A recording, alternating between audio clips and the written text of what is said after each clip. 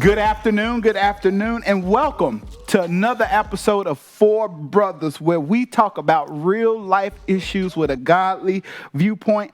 I am your host, representing the millennial generation, Charles White. Now, we have two special guests joining us on this episode. Representing Generational Z, we have Savion Anderson. And representing Generational X, we have Michael Walker. And welcome back from his wonderful break, the baby boomer, Doc Rhedrick. Yes. Good to be back. Now, last episode, we talked about local and global. And with that, Fred gave us a wonderful generational gem, which was, we are all in the same gang. We are all in the same gang. Now, this episode, we're going to be talking about leading with the front foot. Four Brothers commits to the following rules of engagement, aka brotherly love. Each person brings a statement with the topic of each episode and breaks it down. The other three brothers get an opportunity to respond. Each statement and response needs to be supported biblically and or with church history. Finally, and most importantly, we always remember we are brothers in Christ, lifting each other up through these discussions. And with that being said, fellas, I'm going to jump right into my topic. Go ahead. I'm going to jump right into it. And my topic is this. The church requires more than just leadership for it to be healthy. And the reason why I brought this topic to our discussion today was I was bothered about 3 months ago. One of my friends who's a minister, he calls me, and I could tell he was bothered because I could tell he didn't do his devotion or his prayer. I can tell by the conversations when I know he's done his devotion and prayer. And he said, man, it seems like as a minister or in ministry, we're just supposed to do everything. And people don't realize we have issues and problems of our own. And sometimes in ministry, not just pastoral, but in all ministries, there are sometimes that they have to take a break and take a step back. And this is why we have a congregation. And I love what Reginald Sharp, the Fellowship Chicago Baptist preacher, said. He was basically saying, when you get saved, you're just not supposed to sit in the pew. You're supposed to join the journey and do something, be a part of something. Doc, you hit this every time about joining a team, getting connected, doing something so you can be part of something, so it won't be like, well, pastor ain't got us doing this and he ain't doing that. Well, it's not just pastor's job. And I would debate this with my mother as well, because whenever she got sick or something went on, she would say, well, the pastor didn't do this. Well, mama, you got 100 other church members in your phone book. They should be able to come along and do something. Now, yes, there are certain things in leadership that ministers and pastors and other ministries are just supposed to do. But there are also times where we can take a step back and say, oh, the media ministry and the team need help. Let me volunteer there. Or the youth ministry, or whatever ministry it is that you feel like you can help. And it always bothered me that people would say, well, it's on the pastor, or the pastor didn't come see me, or the deacons didn't do that. And it's just like we all have to play a role in this. It's not just one person. And that's where I wanted to go with it. So I went some direction, so I'm going to let y'all jump in. All right, so give us your statement again, because you gave some good commentary, and I just want to make sure I hear your statement clearly. The church requires more than just leadership to keep it healthy. The church requires more than just leadership to keep it healthy. I'm going to argue with you and say that it requires healthy leadership, all right, in order for it to remain healthy. And here's my pushback. You're right on all your points on everything that you said that membership should do, all right?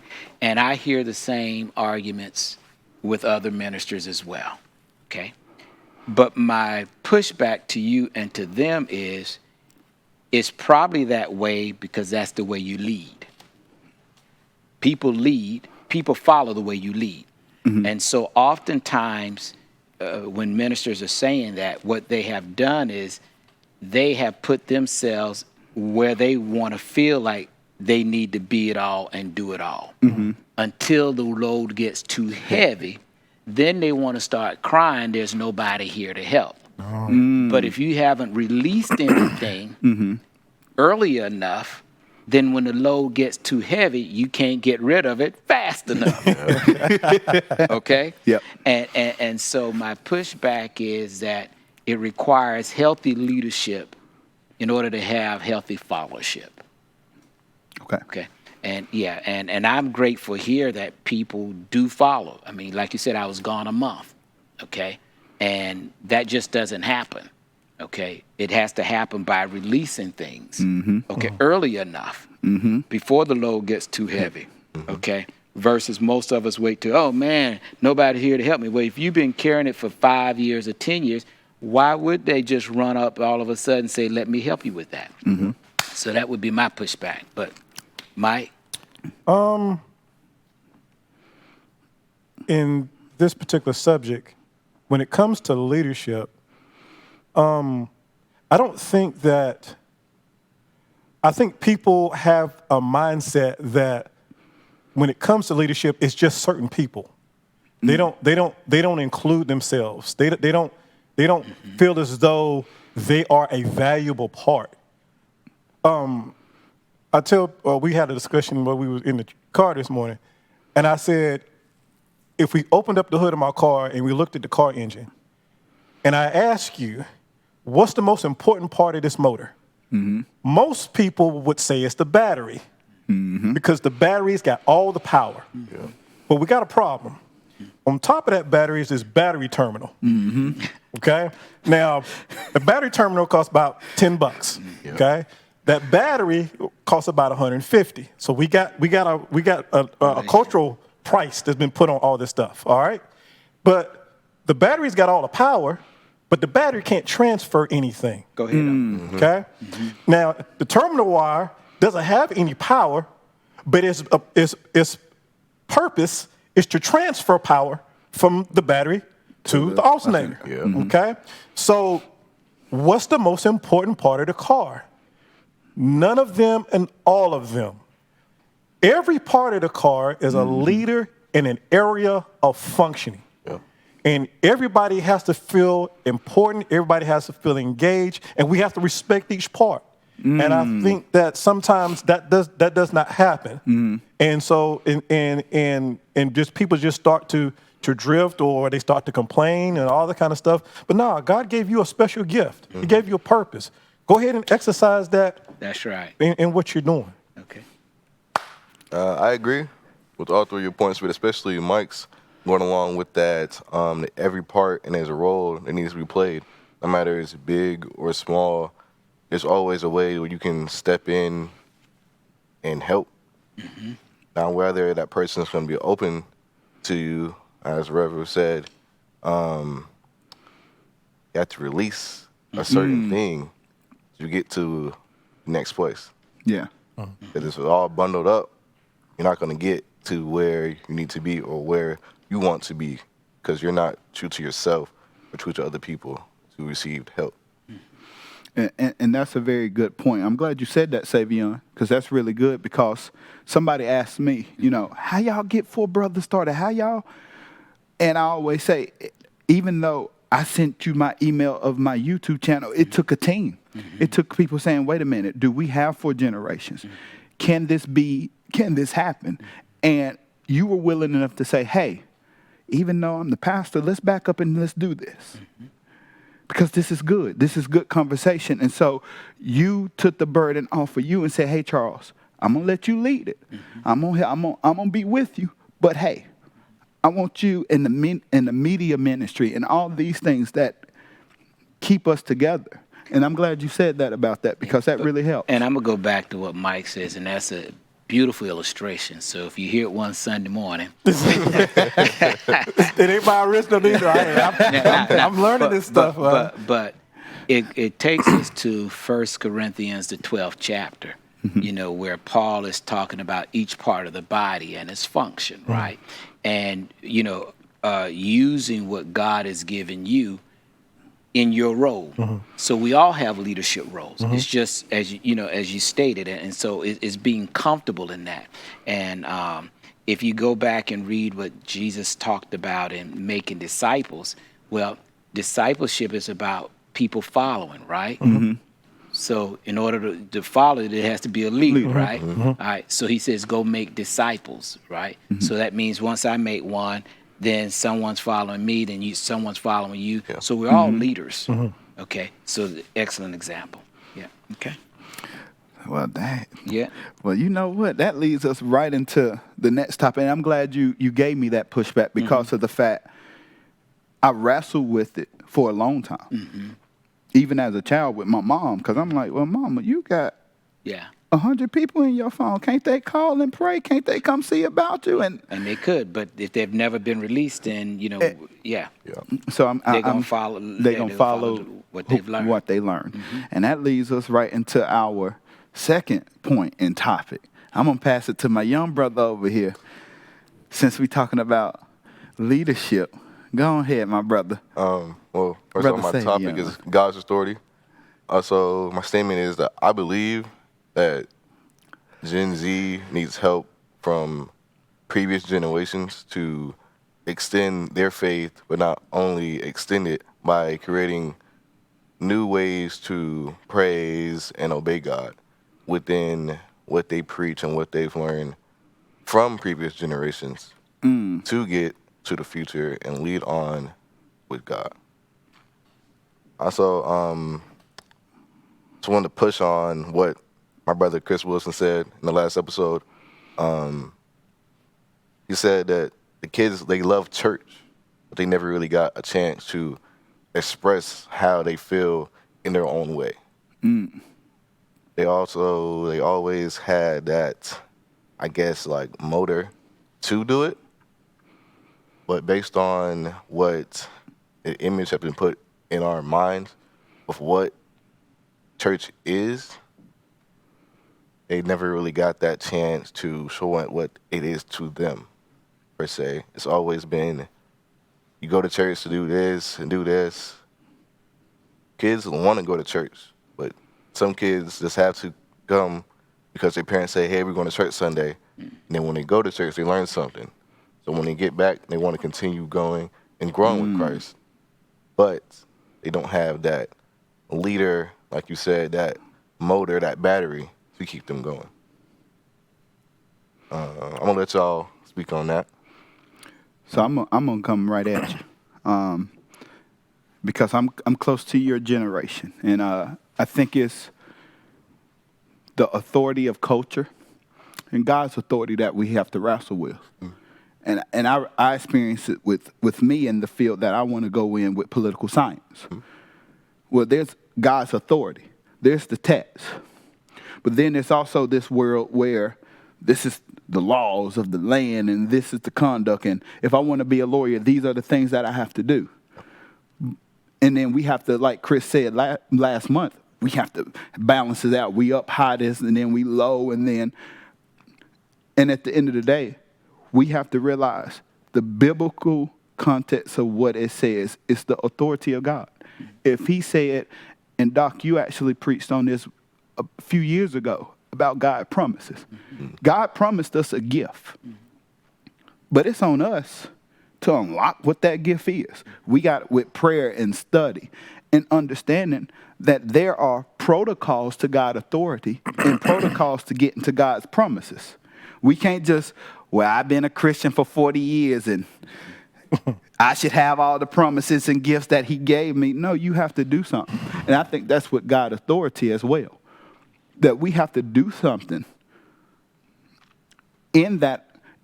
so that he can be the authoritative figure. If you don't let him be the authoritative figure, you're just going to go back and say, oh, I'm up high here at church. And then when church cut down on Monday and somebody bump you in the classroom or, your teacher done kick you out the class, you don't go back to this worldly authority. You like, forget them. Instead of saying, you know what, maybe I should correct me and say, even though, especially honoring our mothers and our fathers and our leaders, that's an authoritative rule that God gave us that we're supposed to honor. Yep. Honor the elders of the church. Honor those that. So that's where I would go with it. I would say when I think about God's authority, the first thing that comes to my mind is, and this is something that I've really ran into as I've done a lot of study on leadership for the past few years. We live in a democracy, but democracy doesn't come from the Bible. Okay? The Bible itself is about a king and his kingdom. And we have this book called the Bible, which is our kingdom instruction manual. And we need to take time to go through the manual. It's kind of like when you buy a product. You buy a product, and when you open up the box, on top of the box is this thing called a manual. Now, most of the time, because we think we already got it known, we throw the manual to the side. We throw that manual to the side, and then we just, like your cell phone. We pull the cell phone up, we just stop, oh man, yeah, do that. And we never read the instruction manual. And I think that when we read the instruction manual, we understand who God is, and by understanding who God is, we understand who we are. Yep. And because when I go to work and when I go out to the world and stuff like that, what I see is where when people talk about the kingdom of God, they try to intertangle it with a democracy. And that's not how it works. Even when I talk to the guys at work, I'm like, hey, when they talk about Donald Trump and all this crazy stuff. Nationalism. And I say, hey, fellas, the kingdom of God is not a democracy. Democracy was created by the Greeks, which the Romans adopted, which the United States was a birth child of. And they put all these rules in place, but it's almost like they've tried to do this intertwining as a control measure. But I think we have to remember that once we read the Bible and get into God's word more and more, as I've been pressing to do, and understanding God's kingdom, then everything starts to align itself. That's what I would say to that. I want you to go back and give me your first statement you made, Savion, about the youth and the adults, the relationship. Because you were talking about God's authority. Yes, sir. But I think I also heard you talking about how we allow you all access. Is what I'm thinking I'm hearing. Yes, sir. Like I said before, kind of like the image that we got and what you guys push for. Because I think a lot of kids just have that, not necessarily kids, but people in Gen Z have that person always saying, once you get closer to Christ, this and this is going to happen. Right. But then again, God has their own plan for a set person. Right. And so you all want more access, more to God than, if I hear you correctly, so that you can access what God has for you. Yes. Right. And so the way the quote-unquote church may be structured now, it hinders you having that access to God's authority. Yes, sir. So what would be your suggestion on how to flip-flop that? Well, one thing is, when I was looking at my topic, one thing that I really realized is that we don't have, going on back to what Mike said, that battery and that, let's say, community to, per se, build on getting that access.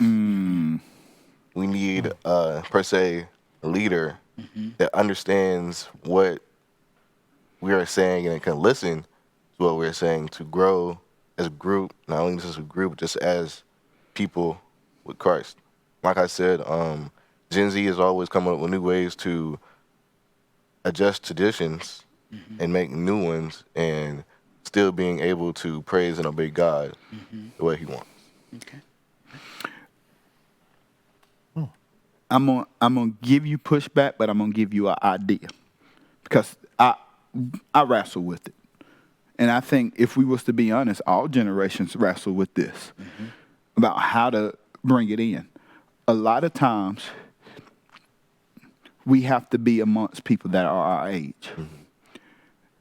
The best way to learn sometimes from people your age, from similar stories.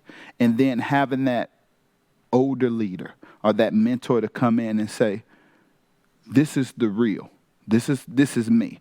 And Doc, I really appreciate you on this because you're sometimes willing to say, hey, y'all, if I was to uncover everything that I've done, y'all wouldn't want me up here in this pulpit. I'm telling y'all wouldn't want me up here. And the fact that you're willing to uncover that, and I love it because what he's saying is, hey, y'all, I fell short too. And sometimes a lot of your generation see these so-called in the church perfect Christians. So you looking and you just like, oh my goodness, if I fall short, I ain't going to be close to God no more. I ain't going to be close to his kingdom. And then you hear people say, well, this Bible verse here, and then they don't know the Bible. So now you're wrestling with truth and lies and truth, and you're trying to balance it out. And you just like, I just want the real. Mm-hmm. Can somebody just be real with me? If I'm going to fall short, help me get back up. What's the steps? Because sometimes in God's authority, he sends people to show us how to get back up. Because some of us fall so short that we seem like we can't get back up. There's no way for us to get back up, and that's what your generation is going through, is that y'all fall short, and you're like, well, I can't get back up. I can't go to church. I can't do this. But in reality, sometimes you just need somebody to pull you out that ditch. I'm not going to fall in the ditch with you, because if I fall in the ditch with you, then we both in there. But I can at least extend my hand and say, I fell short the same way, brother. Let me help you. I'm going to say that, especially with young people, what I find, even for myself, is understanding truly who I am, okay? This is one of the best practical examples I've ever run into. When you read through the Bible, and I haven't read through the whole thing myself, but I'm in the process. What I found is that there are two creatures in the Bible that God refers to when God refers to himself. One is the eagle, the other one is the lion. Now, we can talk about both of them, but I like to talk about the lion because the lion is pretty interesting. The lion is not the tallest animal in the jungle. We know that. But he's also not the strongest animal in the jungle. He's not the fastest animal in the jungle, and he's not the smartest animal in the jungle. So he has all these defects, but he's still listed as the king of the jungle. Okay? And you have to sit there and say, well, wait a minute, man, you ain't the strongest, you ain't the tallest, you ain't the fastest, you ain't the smartest. But he's still the king. And when I found out the reason why he's the king of the jungle is because of his attitude. It is how he thinks that makes him the king of the jungle. The elephant is twice as smart, twice as strong, twice as heavy. All right? But when the elephant sees a lion, the first thing he thinks is, killer. I better watch this guy. The lion, however, when he sees the elephant, the first thing he thinks is lunch. I can eat this thing. Buffet style. All the way buffet style. And then he acts on what he believes about himself. And I started studying those things because since we were made in the likeness and in the image of God, if I learn about these two creatures, the more I learn about these two creatures, the more I can learn about me. And how am I supposed to think? So when I face difficult problems in my life, am I thinking the problem is a killer, or am I thinking the problem is lunch?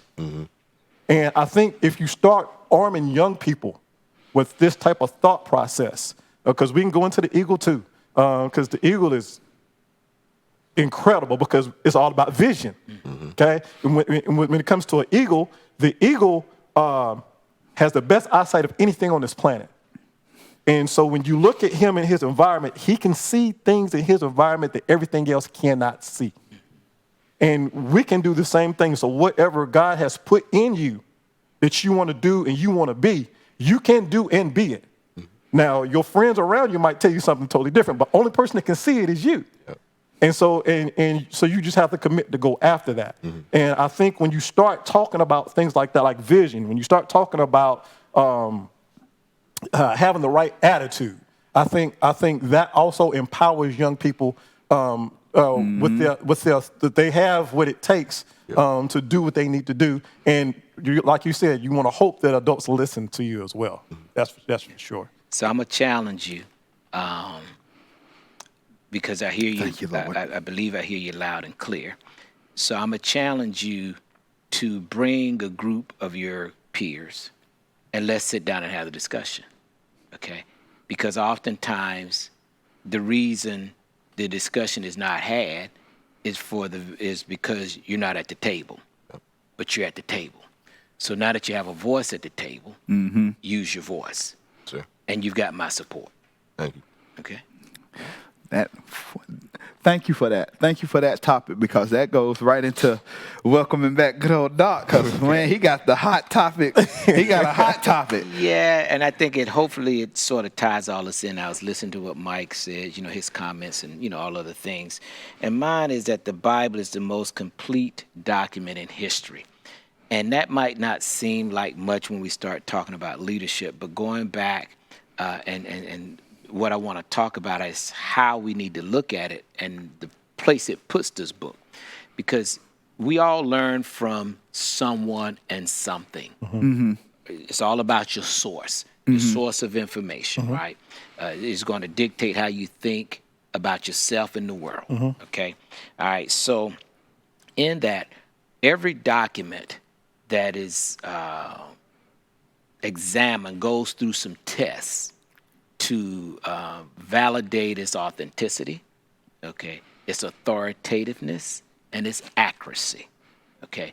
And the more authentic it is, and the more authoritative it is, and the more accurate it is, the better the document it becomes, okay?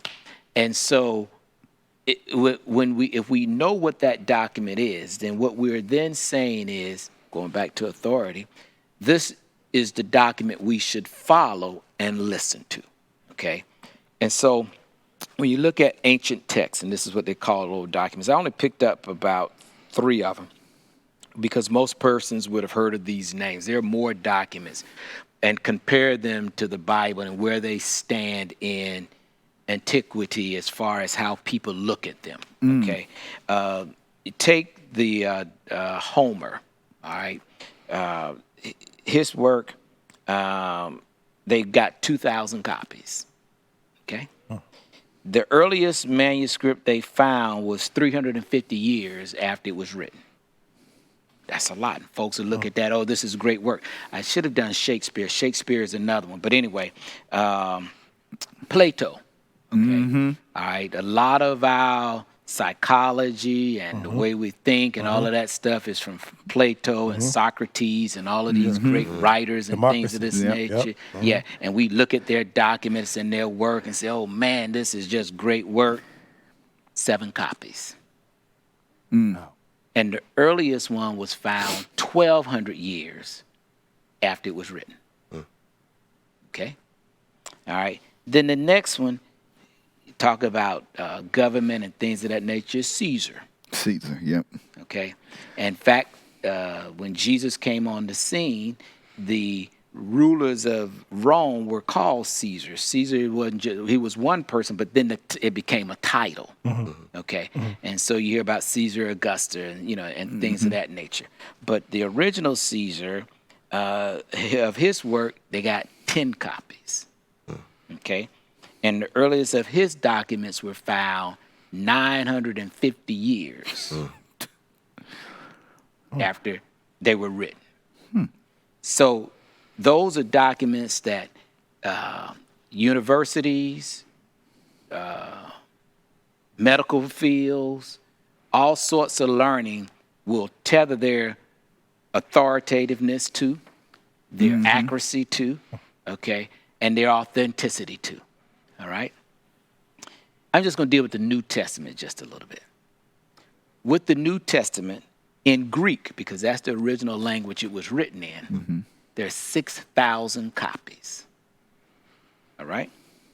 In other languages, after it was translated, there are 24,000 copies. So that's a total of 30,000 copies. Do you know how long after Jesus lived that those documents were written, or what we would say during the contemporary time of the people who lived, either Jesus lived or people who lived who knew Jesus lived? 0 years. which means because when you read like the book of Luke, he says, I talked to witnesses, people who were living during Jesus's day. All right. So all the writings of the New Testament were written during an era that people were still alive that knew what had happened to Jesus and what Jesus talked about. So if anything that he said was a lie, it would have been printed somewhere. All right? So that's authenticity, okay? All right, the accuracy. All right, so then let's just talk about the accuracy of it. And now I'm gonna go with the whole work of the Bible, right? When you talk about accuracy, when you look at the length of time that the New Testament, or the Old and New Testament was written, it's over a period of like 1,400 years. Okay, 40 different people wrote it. Okay. 1,500 years, 40 different people. So a lot of the writers didn't even know each other. Different continents. Okay. Different backgrounds. Shepherds, kings, okay, slaves, you name it. All right? People from all walks of life. And they all have an experience with one person. Okay. So a lot of times when people look at the Bible, they don't give it its proper place among other documents. And so a lot of times we shy away from it because people talk about errors and things of that nature. And I could go on and on and on about the accuracy and documents that were copied. Even with the Old Testament, you may not have as many copies of the Old Testament because of how they were handled. They had what they call copyists. And that were people who would sit down and copy the document, right? And I think I can't remember, it was 2 or 3 people looking over their shoulders to make certain that they copied it from one to the other, like a proofreader, right? If they made one mistake, they burned that document. All right? And then after they copied it, they went and buried it because now this became the newer version. You follow what I'm saying? So all of these methods were put in place to protect it. There's not another book on the face of the earth that you can take 40 different writers on over 1,400 years and the accuracy of it. Now, the authority of it is, okay, all right, well, how much of this stuff has come to pass? All right? You take Jesus and you take the prophecies in the Old Testament, right? There are a minimum of 300 prophecies that Jesus fulfilled. I didn't miss it at all. Nailed it. 300. All right? That some scientists try to do a numerical number of the chance of all of that happening. And the chance of that happening is impossible by chance. But by divine providence, It's possible. it's possible. Okay? So you take all of those things and roll it up, and it makes it the most complete document ever written. That's my story, and I'm sticking to it. Yeah. Anybody want? Who's gonna attack this first? Man, I think the accuracy, I think is everything that needs to be there is there. I think for me is as I continue to grow, is it's amazing to me now at 49 years old, what I've been reading as it was transferred into English, but not got the actual meaning of what the author intended. You know, let me give you something real simple. Work. We all get up and go to work every day, you know. That was the first true commandment that God gave Adam in the garden, was to work. All right? But when we look at that in the proper context, first of all, the word work comes from the Hebrew word eragon, which means to become yourself. Okay? So when I saw that, I was like, whoa, wait a minute. Because I had to put it in context. There was no e-commerce when God gave Adam this instruction. There was no economy. There was no forms of government, and there was none of that. Matter of fact, the Bible doesn't even say that God gave Adam a chair to sit in, a house. Doesn't say he gave him any of that stuff, because that stuff was still in the trees. Okay? So when God told Adam to work, he actually planning in eating, and based on what I understand about eating in Hebrew means spot. So he puts him like a seed, he puts him in this spot, and he puts him in this place where what was inside of him, that God had put inside of him, could come out of him. And he starts to develop all this stuff. Matter of fact, by the time Cain and Abel come on the scene, you see after Cain kills Abel, it says that Cain knew his wife and that they had a son, and that they built a city and named it after his son. So even in the second generation, they were building cities. But and this is all self-discovery. This is all about, this one word, work. And so I start to learn that the word work is what I was put on the planet to do. A job is what people pay me to do. And I'm trying to get caught up in doing my work. Okay? And that's the one thing about as the accuracy of these scriptures that Rev is talking about that has been personal to me is that now I'm starting to go through the Bible and I'm starting to see this stuff that I would just read right by, but I actually found out what the author intended, what was the actual context that was trying to be presented, and I'm like, oh, okay, wait a minute. And the reason why that was so important to me is because I have kids to raise, and in raising my kids, I'm in a household. My parents came through segregation and all that kind of stuff. So when I heard work, what came to my mind was the first thing that I saw my parents do every day. They went to work and all that kind of stuff. And matter of fact, even in a lot of households, like we were joking in the car this morning, you see your parents leave and go to work, and your mom and daddy always complaining about where they're going. And you hear your mom and daddy talking about it. Wait, mama, you don't even like that man. And he don't like you neither. Okay? Yeah. And then they say, well, son, you got to go to work. Oh, wait a minute. Now it's my turn to go do this.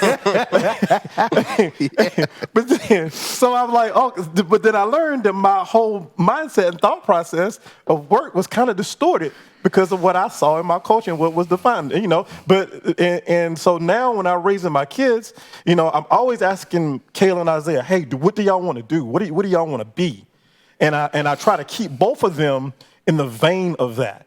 And I said, and I try to tell them, I said, I want you working to serve your gift to the world. I want you to working to serve your purpose for why God put you here. And so that's my thing about when I hear people talk about the authenticity of the scripture. They're straight out authentic. It's all about just making sure that I get the true meaning of what the author intended. Yeah, and that becomes the lift, Michael. First, we have to agree that it is the document that it is. Then what you're talking about is what we in seminary what we call exegete the text. Okay, and that means pull out of it what its original meaning is versus eisegete the text, which means reading into it what you want to read into it. And that's what a lot of people do. And so and that becomes a whole nother discussion. But the key thing is, first accepting the document as being authoritative. So now it becomes your rule of the day. Everything that you think, everything that you do, everything that you become, you point to that, right? I'm going to push back just a little bit too. And you saying, you're asking your kids what they want to do. You need to have them, just like you're doing, spending more time, say, ask God what he wants you to do. Okay, because a lot of times, what we might want to do may not line up with what he wants to do. And so that's really more about finding your calling, okay, and becoming that. Because we can send them chasing this and say, I think this is what God wants me to do, and it's not. So just as a challenge, to challenge them more to listen, and hear what would God have them to do. Okay, all right? So, Doc and Savion, I struggled with both of y'all topics because being in leadership, SGA, serving as vice president, I would hear students sometimes say, well, you're supposed to be perfect. And I wrestled with that because I would say, okay, I got to be perfect all the time. I got to hit it on. I got to be on the mark every time. I can't fall short until I went to Romans again. And I said, wait a minute, I fall short. And when I looked deeply in that, it was in every area. And it freed me to say, hey, I'm going to fall short sometimes. And I had to go back to read this document because as I started to read this document, I started to see David fell short. Disciples fell short. Jesus asked them to stay up and pray, and they all went to sleep. And so I'm looking at it saying, well, if they do it, then I know I'm human, and they were human, so I do it too. And I think, you know, when we talk about that perfect Christian, I think that's where your generation loses the church. Because you're looking at it saying, well, all these people say they perfect, but they don't say it. They present that persona, and instead of showing the real, you know, and saying, "Hey, I messed up," or "I did this." You know, kids aren't looking for perfect parents; they're looking for present parents. And what I mean is, be present, be who you are, right, and share the stories of what you did right and what you did wrong. You know, No, we didn't have it all together. In fact, if we did, they'd nail us to a cross. They'll crucify us. Yeah. So yeah, and that's why I wrestled with, because that's when I stopped reading the Bible. We talked about that's why I stopped reading, because I'm like, well, if I got to be perfect, I don't even want to read this thing no more. Because it always says in Romans, I'm going to fall short. So now I'm wrestling with being perfect or falling short. I'm going to do what, I mean, it's just. Well, I can tell you that First Missionary Baptist Church was a perfect church until 14 years ago. Then they called me here, and it's been going down here. So yeah, no, I wrestle with that because of of course, being in political science. Yeah. Well, you follow the Bible. Yeah, I have to. Because I can't say, well, these laws is right because we in the United States. Not every law in the United States is right. Right. Mike made that good point about, you know, how the government was formed. Yeah, and that's the key thing. If we go back to leaning on the document as being the guide and not trying to be it ourselves, my job is just to point you that way, you know, directing traffic. Okay. No, I'm not the right way, but I can show you the way. You know, that's why I say follow me, right? As I follow Christ. Okay? So in order for you to know that I'm following Christ, though, you got to study the word. So if I veer off, you can say, oh, he's no longer following Christ. I know which way to go straight. So, yeah, but we're going to have a conversation and go from there. Also, going back to what you said in Romans, one thing about God's authority that he talks about in Romans is chapter 13, that let all be subject to God's authority. And when I looked at that verse, I looked at it and said, what does that mean? To me, I thought it means to be who you are with God, but also don't make what you want. Don't lose sight of what he wants. Yeah. And that's it, Savion, that word submitting, coming under, all right? All right, so you're going to come up under his authority, and then you're going to allow him to direct you again. But you have to then believe that his word is the authority. And that's where a lot of the younger generation will veer in. We'll weave in and weave out. We'll take what we want, and then we'll take out, and we'll come back in. And we're getting misled on both sides, okay? Because the culture may make it sound, like this is the way. You're like, yeah, okay? And then when that doesn't sound like, you come back to the church, this is where, so you find yourself doing this. And this is why your generation is the most torn, okay, with their faith and practice, okay? And we haven't done as good a job as we need to, but we can get better with your input, and that's why I say come to the table, okay? Fellas, this has been good conversation. Yeah. Good conversation that needs to happen, but I'm going to pass it to our last guest here. Yes, sir. Yes, sir. Well, I'm going to stick with what I've been studying, okay? The topic that I brought is discovering your personal leadership. Discovering your personal leadership. I believe that every follower has a hidden leader inside of them, okay? Every follower has a leader inside of them. The problem that we run into in our culture, however, is, as we went back in our other conversation, when you talk about leadership, some people don't feel like that applies to them. You know, and the reason why they don't think it applies to them is because in this culture, even if you Googled it on your phone right now, you said Siri, leadership definition, it'll tell you leading a group of people. But leadership does not start with people. Leadership starts with you as an individual. So Genesis chapter 1, verse 26 has become my favorite Bible verse for the past few years, really. Because God talks about we've been made in his image and his likeness. And then it says, and God gave them dominion. And then it lists everything that God gave man dominion over. Didn't give us dominion over another man. He gave us dominion over resources. Okay? And that's where our leadership starts. And so by studying this, I've been trying to come up with ideas of how to explain that to young people as well as my own generation, so that because I'm in a mindset now that I want to just give God my best, but I even see things in the culture by which, like I said, the definition of leadership, or why people think that you got to be leading some group of people to, to bring out your best. And then also you start to see some things in our culture that try to limit your true leadership. My best example I ran across was I was in the car with Isaiah, and so we driving down the highway, and I said, Ice, how fast does this car go? And he said, but Dad, it looked like about 140, 150 miles an hour. I said, yeah. I said, now, have you ever seen me do 150 miles an hour? And he just looking at me. I said, have you ever seen me do 150 miles an hour? And he said, no. I said, now why? Why haven't you seen me do 150 miles an hour? He said, but Dad, they got signs everywhere. I said, yeah. I said, they got a sign on every street corner that says, I know you got the ability to do it, but you better not try. So the manufacturer put the ability in that car to do 150 miles an hour, yet I'm stuck at 65.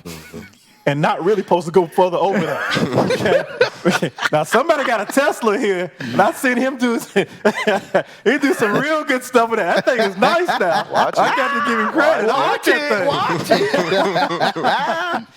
it. But I just try to come up with all these different concepts so that to try to help people, because whatever I do in life, I want to do it at 150 miles an hour. I really do. Because I couldn't do that this morning coming to church, but my German brothers and sisters did. You know what I'm saying? They So I'm trying to figure out, how do I maximize everything that I have? I mean, this year I started growing a garden in my backyard for the first time.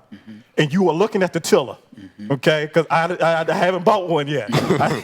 You will next year. Yeah. God didn't say you had to physically do it yourself. He said till the garden. So, because he gave you some resources. Yeah, gave me some resources. Yeah. So I'm trying to maximize my land. I'm learning how to grow food. I've learned so much. Right. I'm sitting there watching the garden. I'm watching the garden grow in one direction, and I was like, man, why did it go that way? Oh, it's following the sunlight. Following the sunlight, yeah. That's my thing is trying to help young people come with all of these different concepts of how to help them reach their total potential. Yeah. So, go ahead.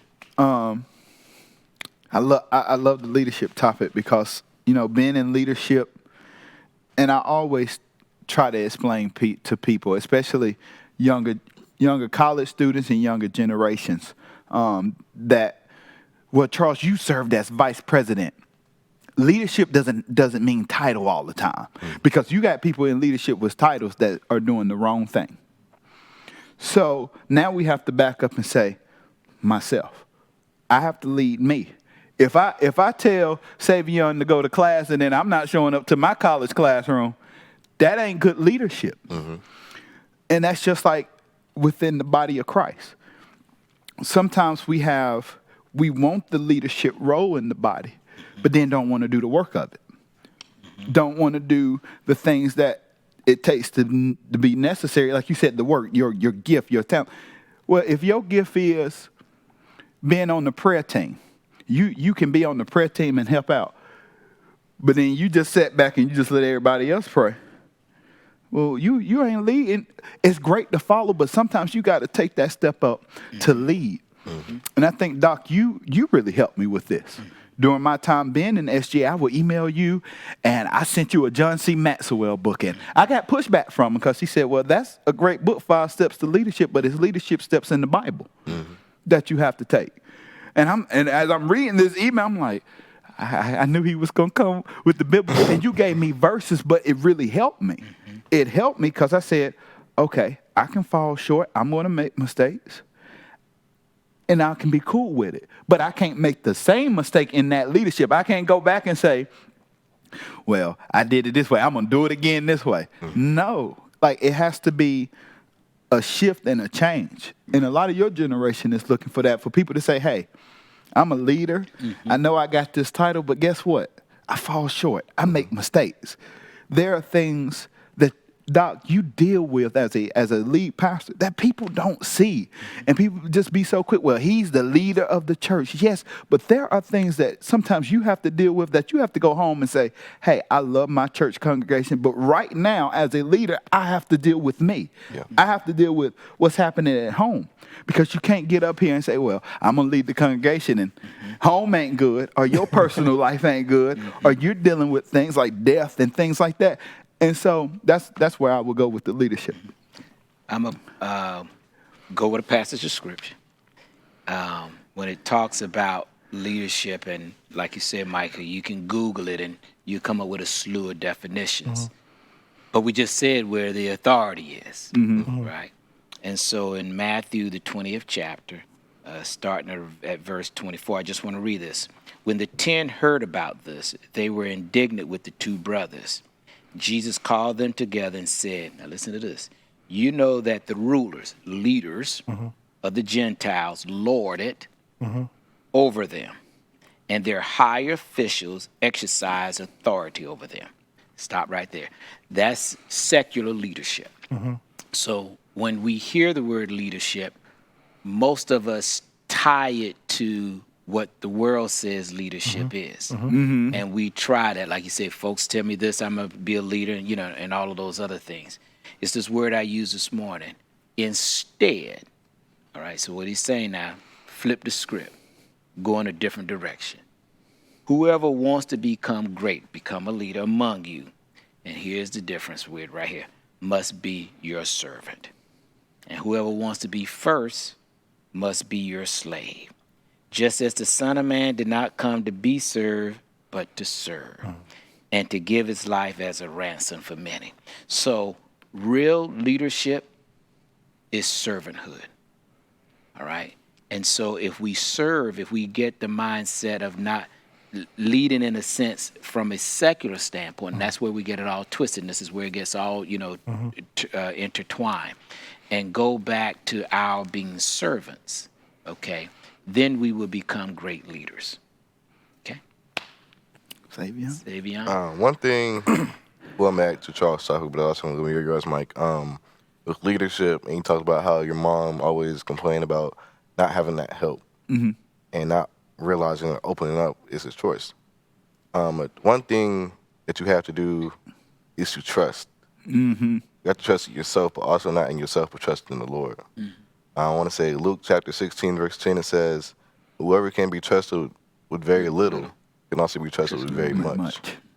And one thing I've learned that past my years is that when you put trust in people, you don't have to put a lot into you. But you have to put a lot in yourself to be able to open up and realize who you are, also who you want to be. And I think Mike really touched that point to where you have to know who you are to be able to become what God wants you to be. Change that to whose you are. Okay. Yeah. Instead of who you are, whose you are. That's a powerful statement, Savion. Yeah. And like you said, going back into the documents, it's plain there. You just have to know what the author intended and what you can learn from it, or what you're going to learn from it. Right. Because you can read it all day long. That's right. But you have to sit down and say, hey, this is what I got from this, and this is what I'm going to do moving forward. Okay. That's So, what I- so I have a curious question. Thank you, Lord, for this question.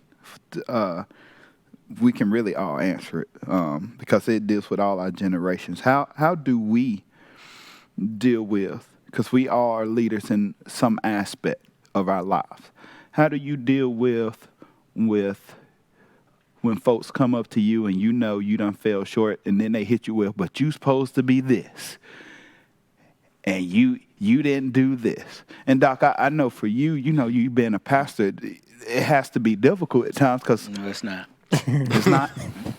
No, because that's what they believe I'm supposed to be. Sort of what Savion is talking about. I know what I'm supposed to be. Okay, and oftentimes the reason we run into problems is when we're trying to live up to other people's expectations or what they believe the pastor's supposed to do. What they believe. No, see, they didn't write my job description. I go by the book. Okay, so that's what gives me peace. Okay, so I'm not here trying to win a popularity contest. Okay, I'm not here to try to figure out how many folks gonna follow me. No, I've got one job, and that's to serve him. The rest of it, he does. And so I can be at peace, okay? And you can too, and each of us can. You don't worry about what people think you should be doing, okay? And the reason why I asked that, because I struggled with it. Right. Being in SGA, and I love Livingstone, but a lot of students will give me flack. Well, Charles, you ain't spoke up for this. And I'm thinking, well, y'all, I can't speak up for everything. Right. Right. And I'm that's what only saying. one person. Right. And so you don't let them dictate when you need to speak, when you don't need to speak. I get emails all the time, Pastor, you hadn't said anything about this and that. I first go to my commander-in-chief, okay? And if he gives me a voice on that, I'll speak. If he doesn't, that's it. Because there are different parts in the body, and there are different functions. And so I allow those things to take place. And so people will follow you or stop following you based on what their perception is or what they think you ought to be doing. And if you acquiesce to or try to acquiesce to all of what everybody else, you're not going to look like anything. You're going to be wishy-washy. You're going to be over here 1 minute, over there the next minute, over here 1 minute, over there the next minute. So you just have to stay true to your calling. And that's where I was pushing Savion to change his statement to know whose you are. Okay, because you might think you know who you are, but you don't. But if you know whose you are and follow that, then that'll button it up for you. Kind of going along with what you were saying, we talked about this in the car as well. I grew up in a household. My father was a deacon for 40 years. And I learned a lot by him doing that. And I even had some people, as I got into my adult years, where, would put me in as nominations and stuff like that. But I would tell them no, because I always felt, and I still feel, my calling is to work with young people. I appreciate everything my dad did. But once I came out of high school, I stumbled across directing this community choir. And I learned stuff about myself that I didn't know was there. And because I was in a position where God had given me these skills, and I was seeing what God could do through me with these skills. And ever since then, that bug bit me, and it's still there. I mean, I just want to help a young person find their way, and that's what But you will have people, it's you see it when they do sports. You look at Dale Earnhardt Sr., and then they look at Dale Jr. Well, you got to be as good as your daddy. You ain't as good as your daddy. Yep. It doesn't really work that way. Yeah. He has to be who he is, and his father has to be who he is. Yeah, and that can be a nightmare for living in someone's footsteps if you don't know whose you are. Yeah. Okay. Guys, this has been a great episode. First, thank you to both our guests. Yeah. Thank you. Hope you come back sometime. Yeah. Yes, thank you. And I think I got the generational gem for this episode. And I think I got it. I got it. Okay. When you knock on the door and someone answers, be prepared to lead, but also be prepared to fall short. That's great. Yeah. When you knock on the door and it opens. Be prepared to lead, but be prepared to fall short. Okay. And with that being said, thank you to all of our viewers. Thank you for joining us on each episode. Now, we do have our wonderful social medias. You can follow us, tweet us, watch us, and tag us in anything that you do. You can catch us on YouTube at FMBC-Concord. Then check us out on Facebook. Go like our Facebook page at FMBC.Concord. Then we do love our Twitter at FMBC_Concord. And then lastly, check out our Instagram where we put up all our wonderful pictures and videos at FMBC _Concord. Till we meet again, we do pray God blesses you with this week and with this month, and we'll see you again soon. God bless you.